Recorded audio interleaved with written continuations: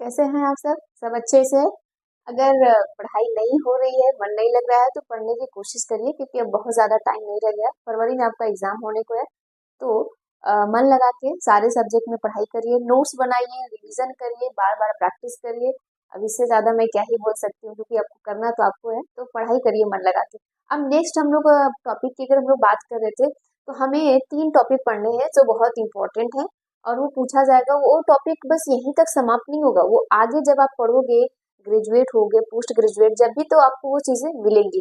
ठीक। इंटरेस्टिंग बात ये है, मजे की बात ये होती है इसमें कि अभी जो यहाँ पे पढ़ोगे तो आगे चल के वही पढ़ाई पढ़ोगे तो अब तक जो आपने पढ़ा था वो सब गलत था, झूठ था, ऐसा। लेकिन यहाँ पे जो पढ़ोगे वो एक्चुअल में सही होगा क्योंकि वो आपके बोर्ड के हिसाब से पूछा जाएगा। आगे इसके बारे में डेप्थ चीजें पढ़ते जाते हो तो उनमें कुछ कमियां निकलती जाती हैं। जैसे बहुत सारी चीजें होती हैं। अगर हम लोग अपने रेगुलर डेली लाइफ में बात करें तो हम लोग जो पुरानी चीजों को सीखते आए हैं तो आज वो चीजें हमें कहीं ना कहीं गलत भी लगती हैं, कुछ चीजें सही भी लगती है। तो उसी प्रकार से जो भी हम लोग थ्योरी में पढ़ते हैं वैसी ही चीजें कॉन्सेप्ट यहाँ पर आती है। अब हम लोग बात करेंगे कि जैसे हम लोग पूरा कोऑर्डिनेशन पढ़ चुके थे। अब डिपेंड ये करता है कि हम लोग पढ़ चुके हैं लेकिन ये आया कहाँ से, कैसे ये बना होगा, किसने इसके बारे में सोचा होगा, तो उसकी हम लोग बात करेंगे। अब जरा ध्यान से सुनिएगा कि कोऑर्डिनेशन आया तो उसमें क्या क्या थे। काउंटर आयन थे, लिगेंड्स थे हमारे पास, डी ब्लॉक के तत्व थे, मतलब सेंट्रल एटम थे। ठीक। ऐसे कई सारी चीजें थी, तो वो सब आए कैसे, कैसे जुड़े होंगे। अब अगर आपसे कोई भी पूछ ले कि मकान कैसे बनता है तो आप कहोगे कि मोस्टली ईंट से बनता है। बाकी चीजें उसमें होती हैं लेकिन मोस्टली ईंट से बनता है। तो उसी प्रकार से जो भी चीजें हम लोग यहाँ पे पढ़ेंगे तो आया कैसे, उनकी क्या कमियां थी, उनमें प्राइमरी सेकेंडरी जो भी लिगेंड थे, ये सारी चीजें को हम लोग बाद में पढ़ेंगे। तो नेक्स्ट हेडिंग क्या बनाइएगा आप लोग यहाँ पर? संकुल। नेक्स्ट हेडिंग बनाइएगा संकुल यौगिकों की, संकुल यौगिकों का निर्माण। ठीक है, यहाँ पे हम लोग इसके बारे में अब पढ़ते हैं। अब इसमें जो हम लोग पढ़ेंगे वो आप बोल सकते हो कि यहाँ पे 3 थ्योरी आई थी, मतलब 3 सिद्धांत आए थे और तीनों ही अपने आप में बहुत इंपॉर्टेंट है। पहला सिद्धांत यहाँ पर था वर्नर का सिद्धांत। अब बेटा देखो यहाँ पे वर्नर्स को, सिद्धांत को कुछ लोग बंदर ना समझे, है ना। वर्नर एक साइंटिस्ट ही, उनकी बात हो रही है। तो यहाँ पर किसकी बात हो रही है? वर्नर का। तो यहाँ पर पहला इसमें बनाइएगा वर्नर का सिद्धांत। ठीक। जिसको हम लोग क्या कह सकते हैं? Werner theory. एस्ट्रोपी एस भी लगा सकते हो, कोई दिक्कत नहीं है। Werner's theory. और दूसरी अगर हम लोग बात करें तो दूसरा यहाँ पर आता है बेटा संयोजी, संयोजी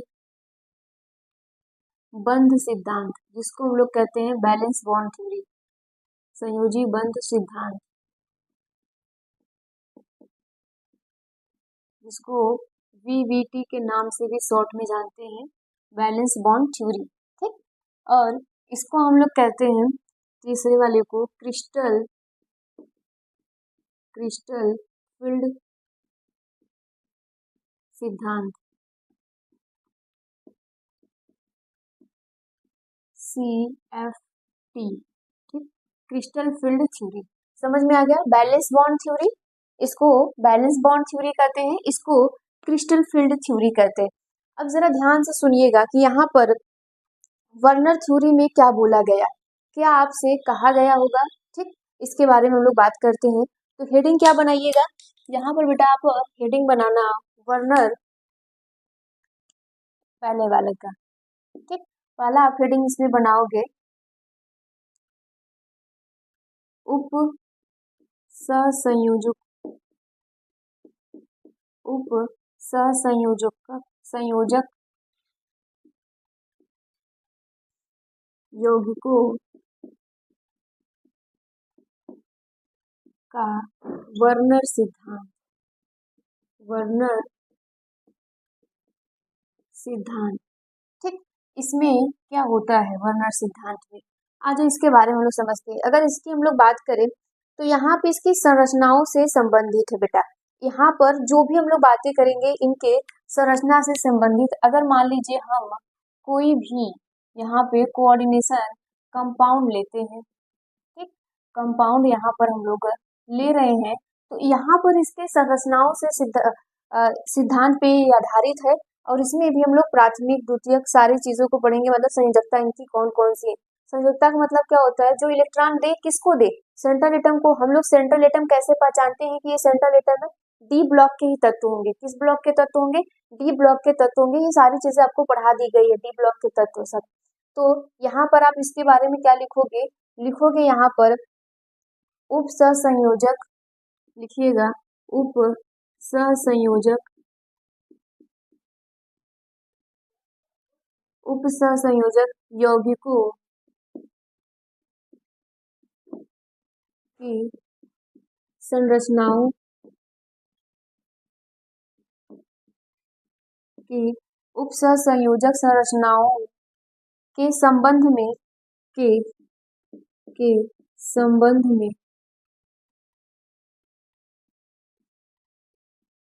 संबंध में वैज्ञानिक का नाम ही होगा, कोई ना कोई नाम होगा। अल्फ्रेड वर्नर ने प्रतिपादित किया, ठीक है, ने एक सिद्धांत प्रतिपादित किया या प्रतिपादन किया, ठीक है, किया।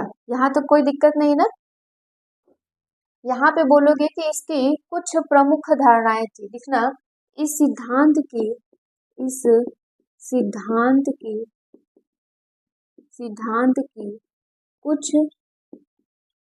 कुछ प्रमुख अवधारणाएं थी। क्या थी, अवधारणाएं।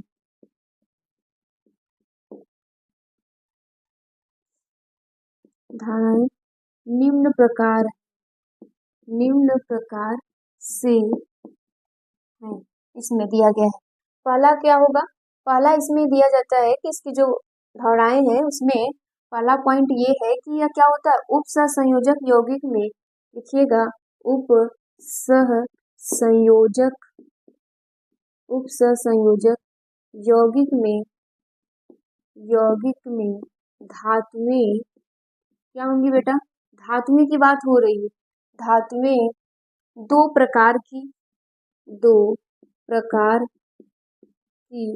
होती है, दो प्रकार की संयोजकता, हाँ यहाँ पे दो प्रकार की संयोजकता प्रदर्शित करती है, ठीक। पहला इसमें कौन है, इसमें ए बी करके हम दे रहे हैं। पहला इसमें होगा प्राथमिक संयोजकता,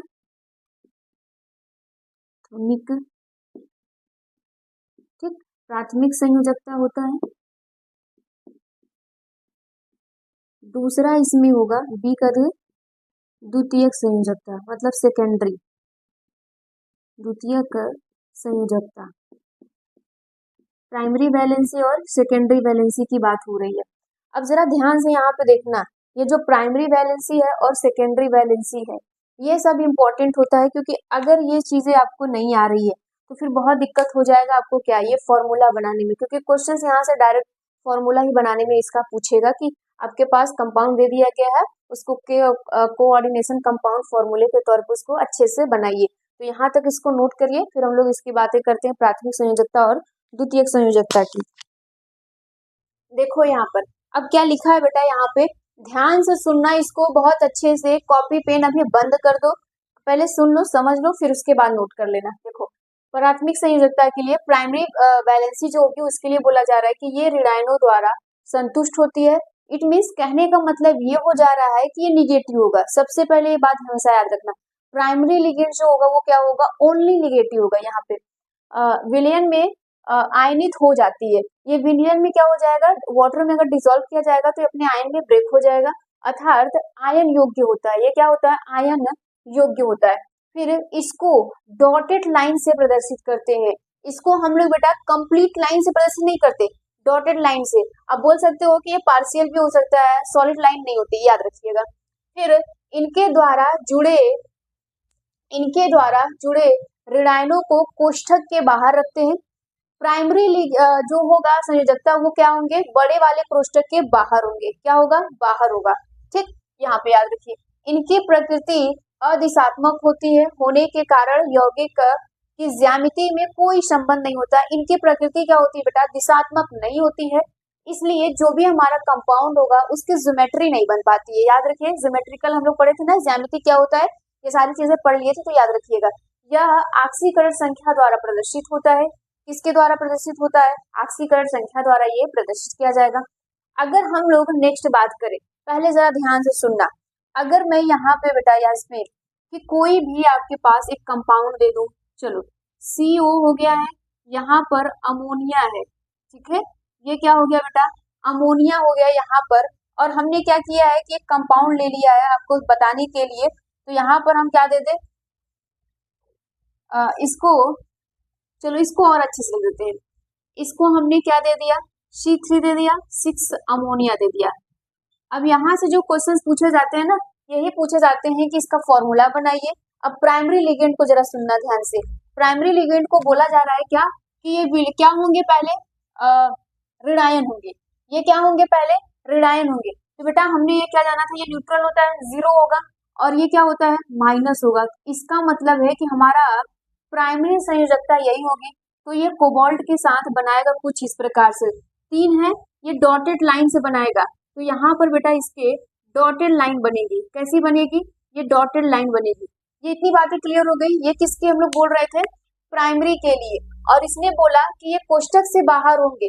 जब हम फॉर्मूला इसका बनाएंगे बेटा जी, तो यहाँ पे देखिएगा कि ये कोष्ठक से बाहर जाएंगे। ये कहाँ जाएंगे, कोष्ठक से बाहर जाएंगे। इतनी बातें याद रखिएगा। फिर इनकी ज्योमेट्री जो होती है, ज्यामिति से कोई लेना देना नहीं है, इसका कोई लेना देना नहीं। अगर हम लोग कहना भी चाहें तो इसको हम लोग काउंटर लिगेंड के नाम से भी जान सकते हैं, लेकिन ध्यान रखिएगा अभी कुछ और इम्पोर्टेंट बात बताएंगे। फिर इसको आक्सीकरण संख्या द्वारा प्रदर्शित किया जाता है। क्लियर हो गया। अब बात करते हैं हम लोग सेकेंडरी की। इसी का उल्टा होता है कुछ चीजें, देखो यहाँ पे सेकेंडरी संयोजकता बैलेंसी जो होती है, सेकेंडरी संयोजकता मतलब द्वितीयक संयोजकता ऋणायनों व उदासीन अणुओं द्वारा कभी कभी धनायन। मतलब बेटा ये जो आपका ये लाइन बोल रहा है ना, ये लाइन बोल रहा है या तो बेटा निगेटिव भी हो सकता है, न्यूट्रल भी हो सकता है, या पॉजिटिव भी हो सकता है। याद रखिएगा, ये ओनली निगेटिव, देख रहे हो ये निगेटिव है, ये केवल निगेटिव होगा, ये तीनों हो सकता है। तो माइंड में यही सेट हो गया कि भाई जहाँ पे केवल निगेटिव हमें दिखेगा वो प्राइमरी संयोजकता होगी, जहाँ पे हमें तीनों देखने को मिल जाएगा वो क्या हो जाएगा, सेकेंडरी हो जाएगा। द्वितीयक संयोजकता निश्चित होती है, जिसे समन्वय संख्या भी कहते हैं। ये निश्चित होता है, उसे हम लोग फिक्स कर देते हैं, इसी को हम लोग समन्वय संख्या भी कहते हैं। इनकी संतुष्टि से यौगिक के संकुल का भाग के निर्माण होता है। इसकी ही संतुष्टि से बेटा सेकेंडरी जो होती है उसी से हमारा संकुल बनता है। याद रखिएगा, उसी से हमारा कंपाउंड में ये रोल, मेन रोल कह सकते हो इसको। फिर विलयन में आयनित नहीं होता है बेटा, इसको डिसॉल्व करोगे ये खुलेगा नहीं, आयनित नहीं होगा। इनको सतत रेखा मतलब इनको क्या करते हैं, सॉलिड लाइन से हम लोग दिखा देते हैं। फिर धातु तथा द्वितीय संयोजकता से जुड़े लिगेंड को बड़े कोष्ठक के बाहर रखा जाता है। यही तो इम्पोर्टेंट हो गया। इसको क्या कहते हैं, घर के अंदर रखते हैं बड़े कोष्ठक में। और इसके लिए क्या होती है, यह प्रबल होता है। किससे, प्राइमरी से यह प्रबल होता है, प्रकृति दिशात्मक होती है। ये दिशा निर्धारित करती है, और जैसे दिशा निर्धारित कर लिया जाएगा बेटा तो ये ज्योमेट्री भी निर्धारित कर देगी। इसमें नहीं कर रहा था तो यहाँ पे ये कर लेगा। फॉर एग्जाम्पल के लिए आ जाओ समझते हैं। एग्जाम्पल के लिए हमने क्या देखा, यहाँ पर हमारे पास वहां पे कितने थे, 6 थे ना। देखो यहाँ पे अगर हम लोग इसी को एग्जाम्पल को ले यहाँ पर, तो 3 6 ये तो प्राइमरी तो हमने जान लिया। अब अगर हम लोग सेकेंडरी की बात करेंगे तो यहाँ पर हमने कोबाल्ट लिया है और इसको डॉटेड लाइन से दिखा दिया, ठीक, 3 क्लोरीन यहाँ पर। अब हमारे पास यहाँ पे सेकेंडरी के लिए ये हो गया, तो हम इसको सॉलिड लाइन से दिखाएंगे। किस लाइन से दिखाएंगे, सॉलिड लाइन से दिखाते हैं कुछ इस प्रकार से, ठीक, यहाँ पे कुछ इस प्रकार से हम लोग इसको दिखाएंगे। इतनी बातें क्लियर हो गई यहाँ तक। कुछ इस प्रकार से दिखाएंगे, और ये क्या हो जाएगा, ब्रैकेट के बाहर होगा, सॉरी ये ब्रैकेट के अंदर होगा, ये ब्रैकेट के बाहर। तो अगर इसका फॉर्मूला आपसे बोला जाए लिखने के लिए तो आप कुछ इस प्रकार से लिखेंगे, कुछ इस प्रकार से इसका फॉर्मूला लिखा जाता है। अब क्लियर हो गया। और जो बाहर होता है बेटा वही आयन में डिसॉल्व भी होता है, वही आयन में क्या करेगा, ये डिसॉल्व होगा। समझ में आ गया। तो हम लोग इसको इनडायरेक्टली काउंटर आयन के भी नाम से जान सकते हैं, किसको, प्राइमरी लिगेंड को। क्लियर हो गया, यहाँ तक नोट कर लीजिए इसको जल्दी से। अब हम लोग क्वेश्चंस देखेंगे और बेहतर समझेंगे। चलो आपके सामने ये दो क्वेश्चंस है, इसको सॉल्व करते हैं, जरा ध्यान से देखना। संकुल COCl3 4HNO3 के विलयन में कितने आयन उपस्थित है, कितने आयन उपस्थित हैं। पहले तो इसको सीक्वेंस से लिखो, अच्छे से फॉर्मूला बनाओ। देखो ये क्या होगा, यहाँ पर कोबाल्ट होगा बेटा। अगर हम लोग बात करें प्राइमरी की तो ये, क्योंकि इस पे निगेटिव होता है और ये तो जानते हो कि उदासीन है, ठीक। तो ये क्या होगा, डॉटेड लाइन से, जितने हैं सबको डॉटेड लाइन से दिखा दो। ये कुछ इस प्रकार से बन जाएंगे, ठीक है ना। अब अगर हम लोग बात करें यहाँ पर, अगर बेटा हम लोग बात करें अभी इसकी सेकेंडरी की, तो सेकेंडरी संयोजकता ये कितनी है, 4 है, ठीक। यहाँ पे 4 कर दो, कोई दिक्कत नहीं है। ये हो गया, कुछ इस प्रकार से हो गया NH3, कुछ इस प्रकार से हो जाता है। लेकिन यहाँ पे ध्यान दीजिएगा कि जो आपका ये कोबाल्ट है, जो सेंट्रल एटम है, इसको 6 इलेक्ट्रॉन चाहिए। कितने इलेक्ट्रॉन चाहिए, 6। तो यहाँ पर क्या करेगा बेटा, ये 4 इलेक्ट्रॉन तो इससे लेगा, 2 Cl से भी लेगा। तो इसका जो फॉर्मूला बनाएगा वो कुछ इस प्रकार से बनाएगा, यहाँ पर NH3 4 Cl2 बनाएगा। ये क्या बनाएगा, यहाँ पर Cl2 बनाएगा, मतलब इससे भी बॉन्डिंग सॉलिड कर लेगा, क्योंकि इसको 6 इलेक्ट्रॉन चाहिए, याद रखिएगा कोबाल्ट के केस में। तो ये क्या करेगा, एक Cl बाहर आ जाएगा। ये क्या हो जाएगा बेटा, एक Cl बाहर आ जाएगा। अब अगर आपसे पूछा क्या रहा है कि जलीय विलयन में कितने आयन उपस्थित हैं, तो ये वाटर में जैसे हम लोग इसको डिसॉल्व करेंगे तो ये अपने 2 आयन में टूट जाएगा, Cl है ना। तो यहाँ पर आप लिख लीजिएगा कि 2 आयन उपस्थित हैं, 2 आयन उपस्थित है। इसी प्रकार से एग्जाम में पूछे जाएंगे। हम 3-4 आपको एग्जाम में क्वेश्चंस करवा देते हैं, यहीं से क्वेश्चंस बन जाएगा बेटा। अब देखो कुछ नालायक ये कहेंगे कि अच्छा यही नहीं आया तो एकदम से, ऐसा नहीं है। पेपर का सेट देखना, किसी न किसी में ये सेट में पूछ लिया जाएगा। अगर मान लो ये एग्जैक्ट नहीं पूछेगा तो यहाँ पे कुछ ना कुछ चेंज कर देगा, लेकिन पूछने का तरीका सेम यही रहेगा, ये याद रखिए। फिर अगर हम लोग नेक्स्ट की क्वेश्चंस की बात करें तो इस क्वेश्चंस में क्या पूछ रहा है, इसका यहाँ पे बोल रहा है कि इसका सूत्र बनाइए। इसको हमें सूत्र के हिसाब से बनाना है। तो हम कोबाल्ट के लिए क्या बोले थे, उसको 6 इलेक्ट्रॉन चाहिए बेटा। ऑलरेडी यहाँ पे इसके पास 5 है, एक क्लोरीन से लेगा। तो यहाँ पर जो फॉर्मूला बन जाएगा वो कुछ इस प्रकार से बन जाएगा, ठीक है ना, ठीक। एक Cl बाहर हो जाएगा। अब क्लियर है। अब इसमें बोल रहा है कि जल में कितने आयन देंगे, तो इसका आंसर क्या हो जाएगा पहले वाले का, तो यहाँ पे जितने हैं वही तो टूटेगा। आप बोलोगे जल में एक आयन देगा, एक आयन देगा। ये क्लियर हो गया। फिर उसके बाद बोल रहा है कि AgNO3 से क्रिया कराने पर AgCl कितना देगा।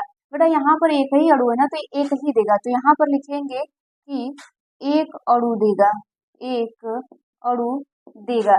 यहाँ तक क्लियर हो गया। इतना नोट कर लीजिए, इसी प्रकार से क्वेश्चंस को पूछे जाएंगे आपसे। याद रखो ना, पहले फॉर्मूला बनाओ, देखो कि इसमें कितने हैं, जो आयन अंदर होगा वही टूटेगा जल में, ये याद रखना। सेकेंडरी नहीं टूटता है, प्राइमरी ही टूटेगा। तो यहाँ पर इसने एक आयन में अपने टूटा है, और जितना बाहर अणु होगा उसके साथ रिएक्शन करेगा तो एक ही ना देगा। तो यहाँ पर वो क्या देगा, एक अणु देगा। यहाँ तक नोट करिए इसको। अब देखो यहाँ पे पहली बात ये हम लोग पढ़ लेते हैं, वर्नर सिद्धांत की सीमाएं, ठीक। इनकी कमियां, ये सब चीजें आनी चाहिए। कमियां देखो ये था कि जब वर्नर से बाद में पूछा गया कि जटिल यौगिक केवल कुछ धातुएं ही क्यों बनाती हैं, मतलब कॉम्प्लेक्स जो भी होता है वो केवल कुछ धातुएं ही क्यों बनाती हैं, तो वो उत्तर नहीं दे पाए थे। फिर दूसरा उनसे ये पूछा गया कि द्वितीयक संयोजकता यौगिक की ज्यामिति कैसे निर्धारित करती है, मतलब सेकेंडरी जो वैलेंसी है वो कॉम्प्लेक्स का, वो कंपाउंड का ज्योमेट्रिकल स्ट्रक्चर कैसे फिक्स कर लेता है, कैसे वो बता देता है, वो भी उसके बारे में वो नहीं बता पाए। अपनी थ्योरी तो उन्होंने दी, लेकिन वो क्यों हो रहा है रीजन उन्होंने नहीं बता पाया। फिर नेक्स्ट पूछा गया उनसे, यह सिद्धांत यौगिक के चुंबकीय तथा प्रकाशीय गुणों की व्याख्या नहीं कर सकता, ऐसा क्यों है। उन्होंने बोला कि अगर ये उसकी मैग्नेटिक प्रॉपर्टीज है तो भी बताइए, ऑप्टिकल प्रॉपर्टीज है तो भी बताइए, लेकिन वो नहीं बता सके। ये इनकी कमियां थी। तो कमियां सबसे ज्यादा पूछी जाती है, कमियां ये याद रखना।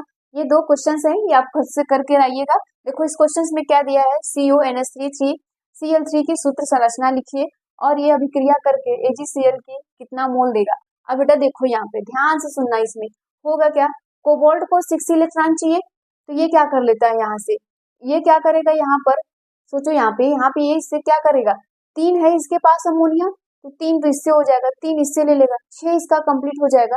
सूत्र जो बनेगा उसके हिसाब से, तो इसका मतलब है कि इससे के पास कुछ बचेगा नहीं, तो रिएक्शन नहीं होगा, ये लिख लेना। ठीक, अब इसमें देखो यहाँ पर इस फॉर्मूले में 5 अमोनिया भाई 1 है, तो ये तो कंप्लीट हो गया ना, इसको इलेक्ट्रॉन मिल गया, तो कितने मोलर विलयन में कितने अधिक के कितने मोल AgCl देगा, तो 2 मोल है तो 2 मोल AgCl देगा। ये खुद से कर लेना। उम्मीद है कि आपको समझ में आया होगा, नहीं समझ में आया होगा तो कमेंट में जरूर बताना। आज के लिए इतना रहने देते हैं, थैंक यू।